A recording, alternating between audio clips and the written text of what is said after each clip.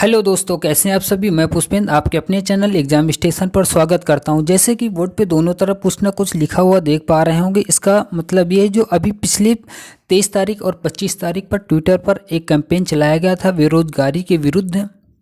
जो ये अपने देश या अपने प्रदेश में बेरोजगारी का आलम छाया हुआ है, उसके विरुद्ध अभिनय शर्मा सर द्वारा जो एक कैंपेन चलाया गया था, उसका मकसद ये था कि जो 19 एसएससी सीजल 2019 का रिजल्ट आया था, उसमें काफ़ी कुछ गलतियां पाई गई थी। जिन बच्चों के 200 में 200 अंक थे, उनका सिलेक्शन नहीं हो पाया था, और जिन बच्चों के 160-70 अंक थे, उनका सिलेक्शन हो गया था। और उसमें जो रिजल्ट भी आया था, उसमें उनको अंक नहीं दिख रहे थे। तो एक ट्विटर पर कैंपेन चलाया गया था 25 तारीख को। उसमें लिखा गया था #मोदी रोजगार दो या #मोदी जॉब दो। तो उन्हीं सवालों के जवाब मांगने के लिए कल 23 तारीख को एक कैंपेन फिर चलाना है ट्विटर पर ही।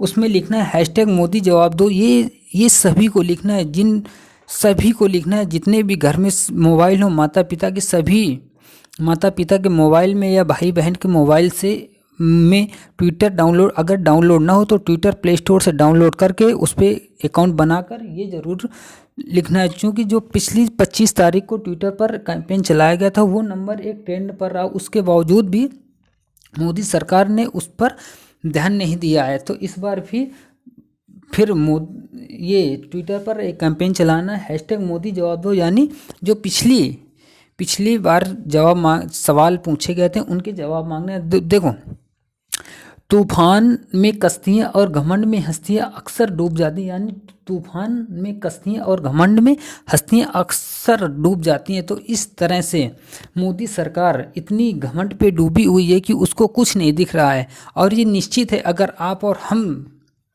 मिल गए, अगर नवयुवक मिल गए और किसान भाई मिल गए, तो इसका घमंड, इस सरकार को, भाजपा सरकार का घमंड टूटना निश्चित है। क्योंकि न उसको ये बेरोजगारी का जो आलम छाया हुआ है वो दिख रहा है, और न ही भाजपा सरकार को जो एक किसान इतना आंदोलन करे उसको वो दिख रहा है। उसका मकसद सिर्फ एक है कि लड़ाई सिर्फ इतनी है कि हम चाहते हैं जमीर जिंदा रहे, और वो चाहते हैं कि अमीर जिंदा रहे। जैसे भाजपा सरकार अमीरों की सरकार है, वो सिर्फ अमीरों को ही जिंदा रखना चाहती है, ना छात्रों को जिंदा रखना चाहती है, और ना ही जो हमारे किसान भाई हैं उनको जिंदा रखना चाहती है। देखो, अटल बिहारी वाजपेयी की ही पंक्तियां हैं, अगर जहां विरोध और विरोधियों को गद्दार मानने का भाव है, वहां लोकतंत्र समाप्त हो जाता है और तानाशाही का उदय होता है। क्या विरोध और विरोधियों को गद्दार मानने का भाव है? अब भाजपा सरकार में ही ये भाव है, विरोध और विरोधियों को गद्दार मानने का भाव भाजपा सरकार में ही है, तो वहाँ पर तानाशाही का उदय होता है। यानी भाजपा सरकार में तानाशाही का उदय हो चुका है। जहाँ पर तानाशाही का, जहाँ पर जिस सरकार पर तानाशाही का उदय हुआ है, तो वहाँ पर उसका पतन जरूर हुआ है। तो इस उद्देश्य से ये अटल बिहारी वाजपेयी भाजपा सरकार के ही मुख्य अग्रणी कार्यकर्ता रहे हैं। ये पीएम भी भाजपा से ही बने हुए थे, तो इसलिए उन्हीं की पंक्तियों को लिया गया है। तो इस वजह से कहना है कि सिर्फ हंगामा खड़ा करना हमारा मकसद नहीं है। क्या सिर्फ हंगामा खड़ा करना हमारा मकसद नहीं है? हमारी कोशिश है कि सूरत बदलनी चाहिए। यानी जो ये इस समय बेरोजगारी और किसान आंदोलन कर रहे हैं, इनकी सूरत बदलनी चाहिए। यानी इनकी मांगें, जो किसानों की मांगें हैं और जो छात्रों की मांगें, इनको कृपया करके स्वीकार किया जाए। मोदी सरकार से विनम्र निवेदन है कि जैसे एक सेलिब्रिटी है कि कहते हैं कि मंकी, हम जितने भी छात्र छात्राएं उनको मंकी बोलते हैं, कि इन मंकियों को कैसा रोजगार दिया जाए। तो उनसे खासकर निवेदन है कि कृपया करके इस प्रकार से जो ट्वीट करते हैं, इस प्रकार से ट्वीट ना करें तो मानदेय होगी। तो उसको एक मालूम होना चाहिए कि, परंतु यह बात, युवाओं को वानर कहा गया, परंतु यह बात भी सत्य है कि वानरों की सेना ने ही लंका पर विजय प्राप्त की थी। क्या वानरों की सेना ने ही लंका पर विजय प्राप्त की थी? और एक घमंडी रावण की सोने की लंका को जलाकर राख कर दिया था।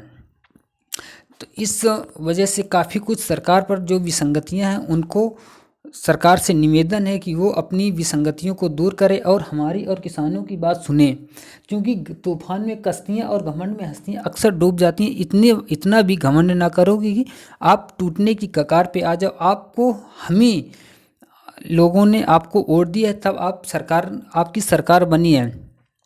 कहते हैं सत्य परेशान हो सकता है लेकिन पराजित नहीं। हम सत्य की लड़ाई लड़ रहे हैं, किसान अपनी सत्य की लड़ाई लड़ रहा है। वो परेशान तो हो सकते हैं लेकिन पराजित नहीं हो सकते। आपको और आपकी सरकार को एक न एक दिन इस मुद्दे पर बात करना होगा। जैसे बंगाल में मोदी सरकार ने 75 लाख युवाओं को रोजगार देने की बात की है।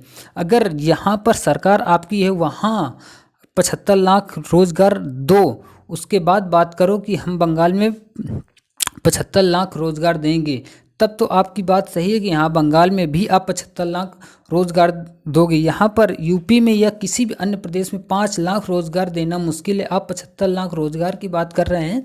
जैसे कि जब सरकार आनी थी तो आपने 2 करोड़ प्रतिवर्ष 2 करोड़ रोजगार देने के लिए कहा था, और ऐसा आलम हुआ कि 2 लाख भी रोजगार देने में आपकी सरकार नाकाम रही है। दाढ़ी बढ़ाने से कोई रविन्द्रनाथ टैगोर नहीं बन जाता है। अगर दाढ़ी बढ़ाने से कोई रविन्द्रनाथ टैगोर बन जाता तो ना जाने कितनी गीतांजलि आज तक लिखी जा चुकी होती। तो कृपया करके दाढ़ी बढ़ाने पर कम ध्यान दिया जाए, और जो बेरोजगारी का आलम छाया हुआ है उस पर विशेष ध्यान दिया जाए, और जो किसान प्रोटेस्ट कर रहे हैं उस पर विशेष ध्यान दिया जाए।